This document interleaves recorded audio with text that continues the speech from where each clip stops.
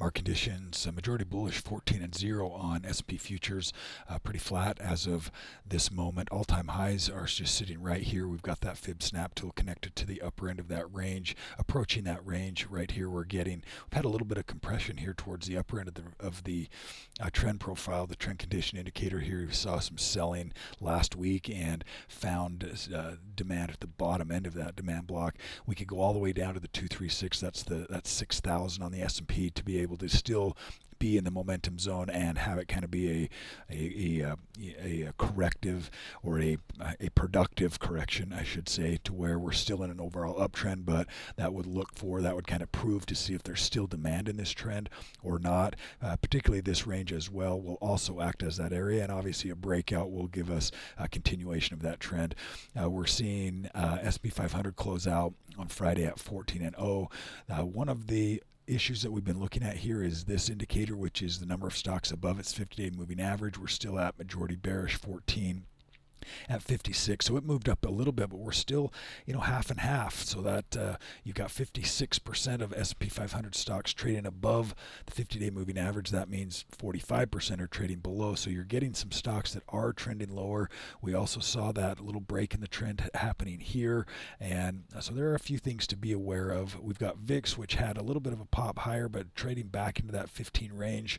Nothing overly interesting there. We're seeing Dow Jones Industrial Average still running into this supply location, 12-2 on the Dow, getting the upper end of that trend compressing. You're obviously seeing that on the chart price activity here as well, and getting a little bit of a curl over in a weekly time frame. So that longer time frame really starting to soften right here, getting that compression at the upper end of the trend here as well. You can see these are just starting to compress versus this where they're still wide and fanned out. We got that correction, tighter compression, expansion, but they're now starting to pause here a little as well on the Dow. Triple Q, we're seeing 574 pre-market, majority bullish at 14-0.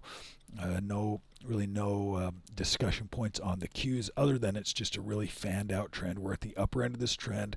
That's going to be our talking point probably for the next few weeks, unless we really get a sharp move higher or lower. Small cap stocks, IWM, we're seeing the supply location here at 230.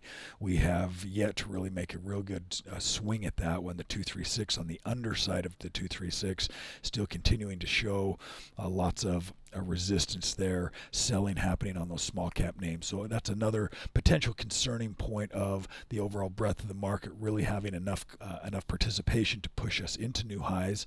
And that's on your small cap names. IWM, Russell 2000, USO, which is the ETF for oil. We're seeing that at majority bearish. That's continuing to retrace. Lots of volatility, as we've been talking about for the last couple of years inside of this pretty tight range. And on oil, we're seeing gold continue its overall run.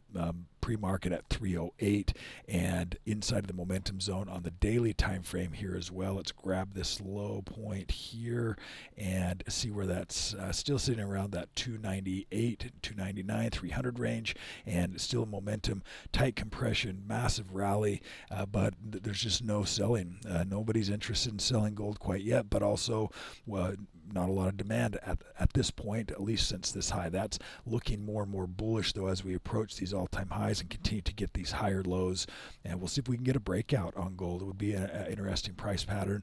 We're seeing the 2-year treasury continue to have this holding ground around that 375 range. We saw a pretty sharp sell-off last week or a couple weeks ago with those job numbers, and we're seeing the 10-year also still continue to hold that overall bearish tone to it as of right now. Majority bearish at 14 on the 10-year. A couple stock ideas to consider. CMPO, nice breakout trade here, a big move back in momentum, increased volume as well, and you're getting a couple others that we're looking at. There's actually quite a few in this list today to consider.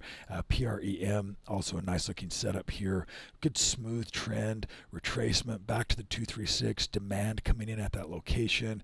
Could see some additional follow through on that name, PRM. If you want the screener settings and all of the settings for your TradingView platform so that you can have all of these as well and go through and look to see what's coming in that new buy list, regardless, there are links in the video descriptions to be able to get you to several different areas of the site to be able to get additional education, be able to get the indicator suite as well. So that'll do it for today's update. Everyone have a fantastic day today.